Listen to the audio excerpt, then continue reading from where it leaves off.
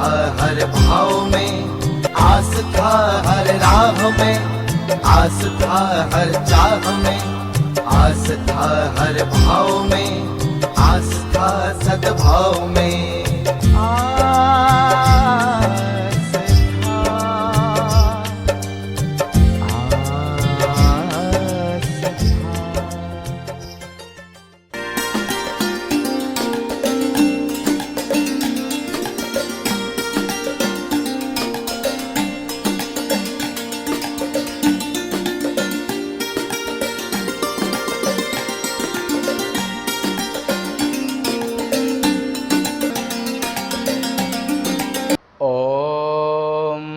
आप्यायन्तु ममाङ्गानि वाक्प्राणश्चक्षुः श्रोत्रमथो बलम् इन्द्रियाणि च सर्वाणि सर्वं ब्रह्मोपनिषदं माहं ब्रह्म निराकुर्यां मा ब्रह्म निराकरोत् अनिराकरणमस्तु अनिराकरणं मे अस्तु तदात्मनि निरते ये उपनिषत्सु धर्मास्ते मयि सन्तो ते मयि सन्तो।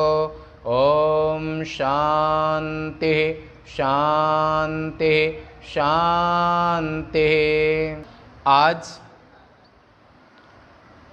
विक्रम संवत्सर 2077 दिनांक 6/9/2020 उपनिषद आश्रम उज्जैन से नित्य प्रति क्रमशः प्रस्थानत्रयी मीमांसा के अंतर्गत उपनिषद प्रस्थान में आज सामवेदीय तलवकर शाखा के नवम अध्यायात्मक जिसको केनोपनिषद कहते हैं, उस केनोपनिषद में आप तृतीय खंड में श्रवण कर रहे हैं। कल तक सुना था कि संपूर्ण ब्रह्मांड नाम रूपात्मक जो ब्रह्मांड है वो संविदेशा स्वयं प्रभा संविद स्वरूप ब्रह्म में ही कल्पित है, इसलिए कल्पित की कभी सत्ता नहीं हुआ करती है और कल्पित हमेशा सत्ता से ही सत्तान्वित होता है और सत्ता से ही उसको ऊर्जा मिलती है। तो आपने कल पिछले प्रसंग में सुना था कि वायु और अग्नि ये दोनों ही ब्रह्म के सामने निस्तेज हो गए। न अग्नि एक तिनके को जला सके, न वायु एक तिनके को उड़ा सके।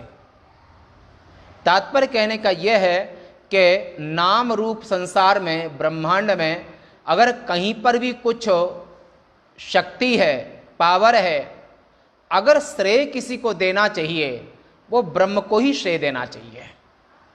और यही बात गीताकार ने भी कही है कि यद यद विभूति मत्सत्वम श्रीमद ऊर्जित।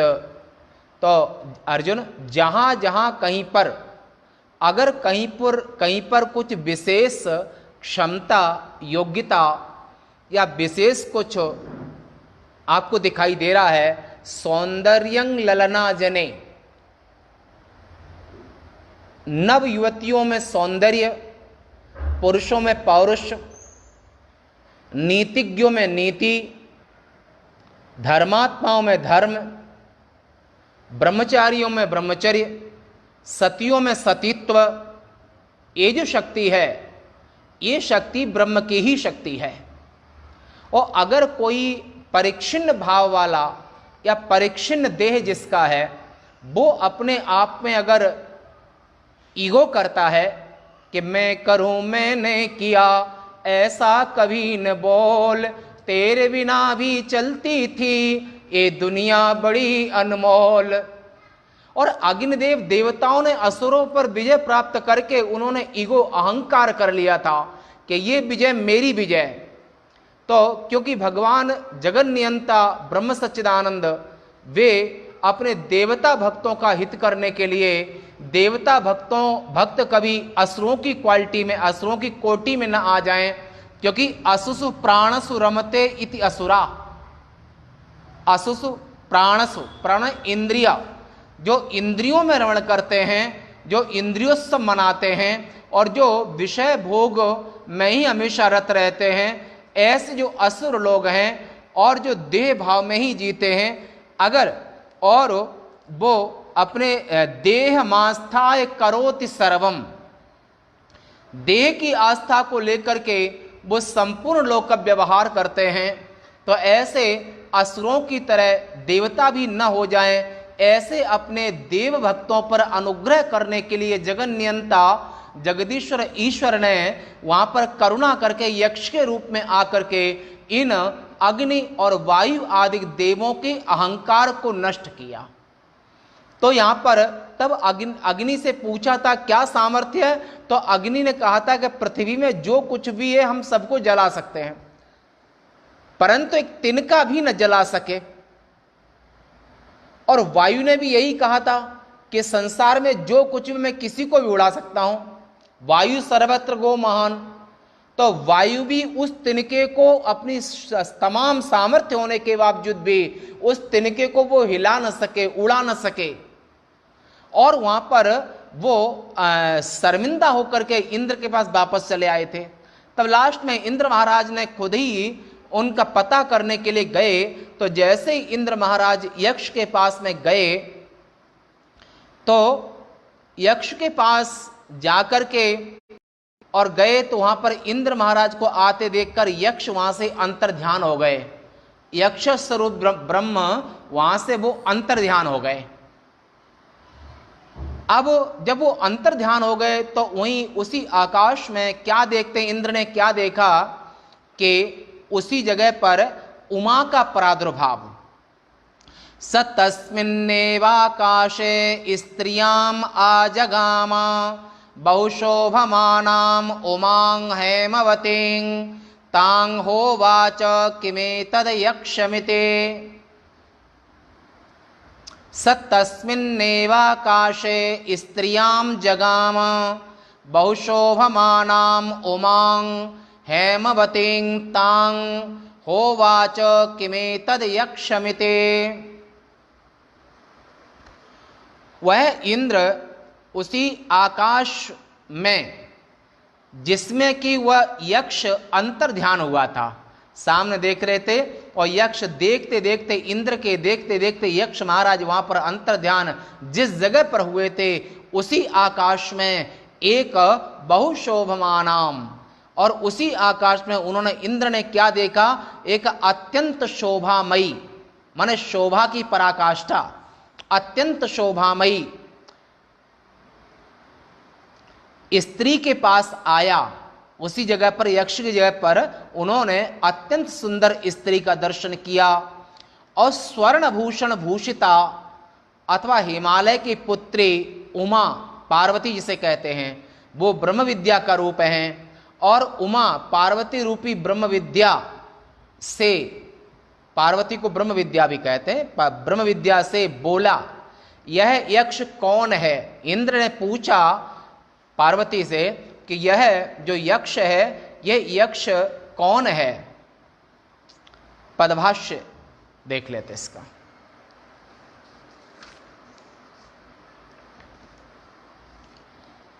वह यक्ष जिस आकाश में, जिस भाग में अपना दर्शन दे करके तिरोहित हुआ था, उसके तिरोहित होने के समय इंद्र जिस आकाश में था, वह इंद्र यह सोचता हुआ कि यह यक्ष कौन है, उसी आकाश में खड़ा रहा, अग्नि आदि के समान पीछे नहीं लौटा।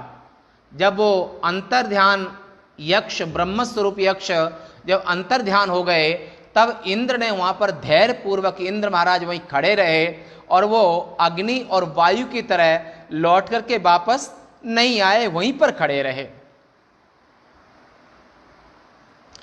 उन इंद्र की यक्ष में भक्ति जानकर कोई किसी की प्रतीक्षा करता है तो उससे प्रेम करता है, और जब कोई किसी प्रेम नहीं होता है तो व्यक्ति किसी की प्रतीक्षा भी नहीं करता है। ये सिद्धांत है। और बलिदान बिना निष्प्राण प्रेम है।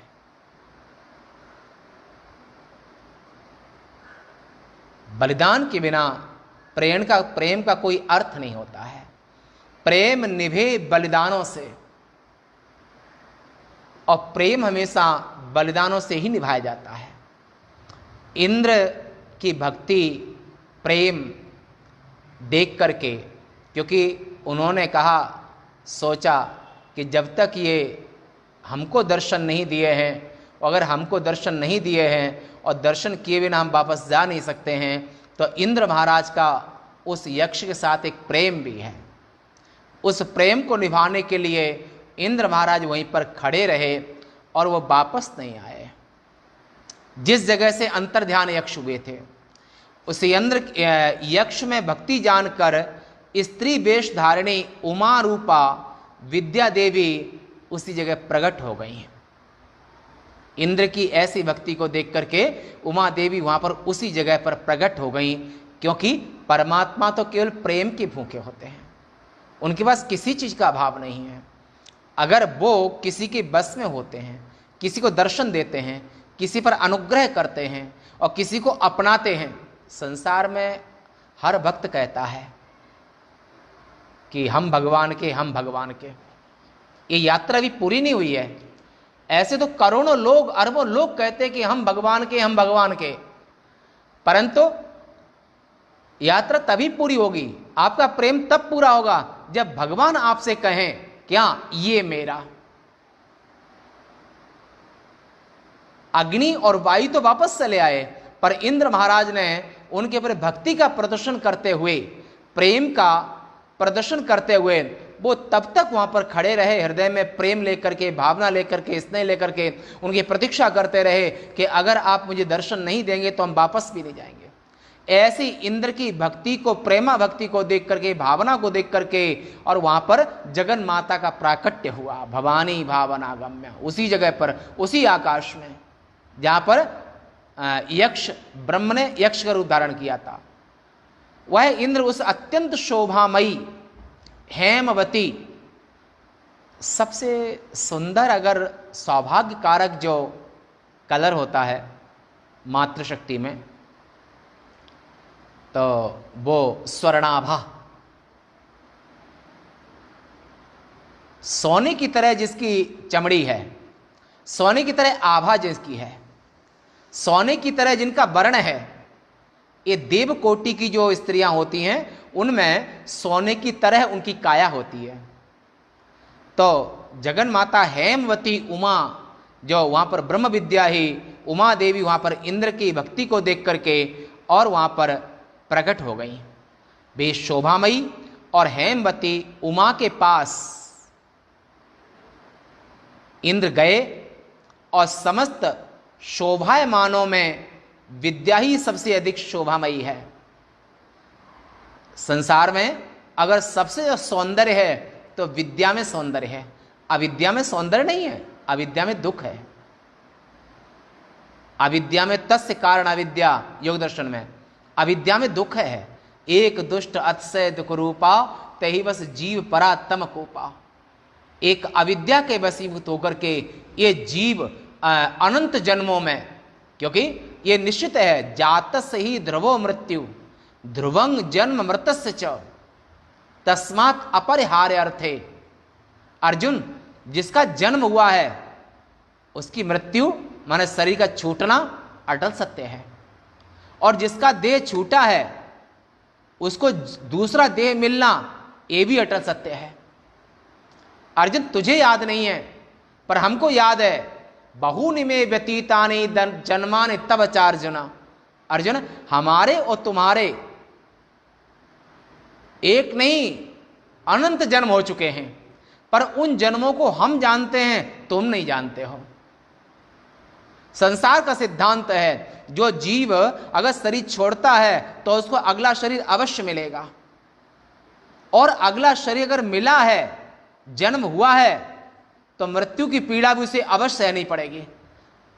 भले ही वो 50, 100, 200 जितने वर्ष रहे प्रारब्ध हो, पर मृत्यु तो अटल सत्य है। परंतु और ऐसा जन्म मृत्यु का चक्कर ये अज्ञानी जीव का कभी नहीं छूटता है। और फिर जन्म लेना किसका सार्थक है? तो आचार्य शंकर कहते हैं कि जन्मो ही कोवा यस्य पुनर्न जन्म, प्रश्नोत्तरी आचार्य शंकर की। तो आचार्य शंकर ने कहा कि जन्म किसका लेना सार्थक है? बोला जिसका दोबारा जन्म न हो।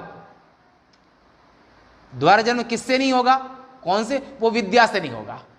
ब्रह्म विद्या समा विद्या नास्ति नास्ति कदाचन।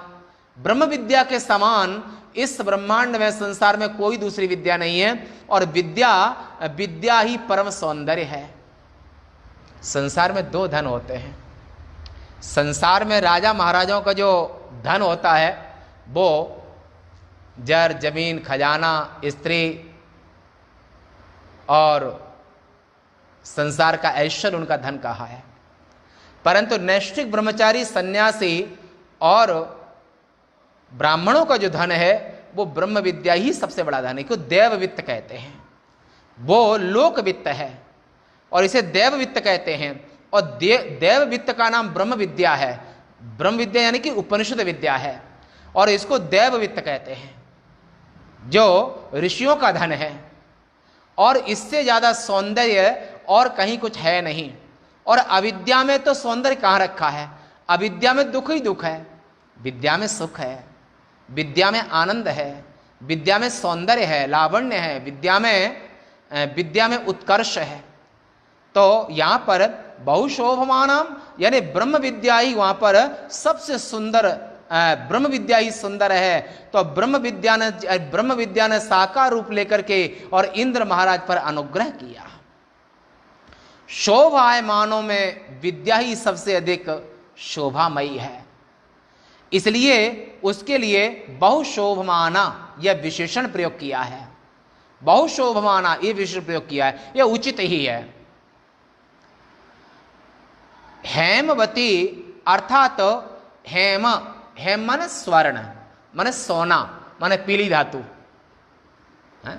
जिसको जमीन में भी गाड़ दो तब भी खराब ना हो, कोई जंग ना लगे। तो ऐसा जो हेम, तो स्वर्ण निर्मित आभूषणों वाली के समान उनकी काया, सोने जैसी काया। कहते हैं सब सुंदर काया, देवताओं, देवांगनाओं की जो काया होती है, दिव्य स्त्रियों की, दिव्य पुरुषों की जो काया होती है वो स्वर्ण की तरह होती है। तो ऐसा जो आभूषणों वाली के समान अत्यंत शोभामयी अथवा हिमालय की कन्या होने से उमा पार्वती ही हेमवती हैं। वह सर्वदा उस सर्वज्ञ ईश्वर के साथ में, जो सर्वज्ञ महादेव हैं उनके साथ में हमेशा वर्तमान रहती हैं। आधा शरीर है महादेव का, आधा शरीर उमा, आधे शरीर में महेश्वर हैं। तो ऐसे वर्तमान रहती हैं उनके शरीर में हमेशा। अर्धांग देह वपुषम वपुराश्रयामि, ऐसे अर्धांग देह होकर के और महादेव के साथ में नित्य उनकी सहचरी हैं, नित्य उनकी शक्ति हैं, नित्य उनकी अर्धांगिनी हैं। और अर्धांग देह और आधा शरीर जगन माता का है और आधा शरीर जगत पिता का है। ऐसे उनके साथ में ईश्वर के साथ में वर्तमान रहती हैं। यह सोचकर इंद्र उसके पास गया और उससे पूछा, बतलाइए इस प्रकार दर्शन देकर छिप जाने वाला यह यक्ष कौन है? ऐसा जगन माता से प्रश्न किया इंद्र ने। अब इस प्रश्न का उत्तर और उपदेश एक कल करेंगे चौथे खंड में। आज तृतीय खंड का प्रसंग यहीं तक, आज की सेवा यहीं तक स्वीकार करो। और शेष वार्ता अब कल पुनः 6 के बाद शाम को 6 बजे लगो। तो ये कल पुनः अगला प्रसंग चौथे खंड की कथा और उमा का उपदेश ये कल करेंगे। ओम पूर्णमदः पूर्णमिदं पूर्णात् पूर्णमुदच्यते पूर्णस्य पूर्णमादाय पूर्णमेवावशिष्यते। ओम शांति शांति शांति। शंकरं शंकराचार्यं केशवं बादरायणं सूत्रभाष्यकृतौ वन्दे भगवन्तौ पुनः पुनः ईश्वर गुरुरात्मेति मूर्तिभेदविभागिने व्योमवद्व्याप्तदेहाय दक्षिणामूर्तये नमः। ओम शांति शांति शांति। श्री सत्य सनातन धर्म की जय। श्री महाकाल महाराज की जय। नमः पार्वती पतये। हर हर महादेव।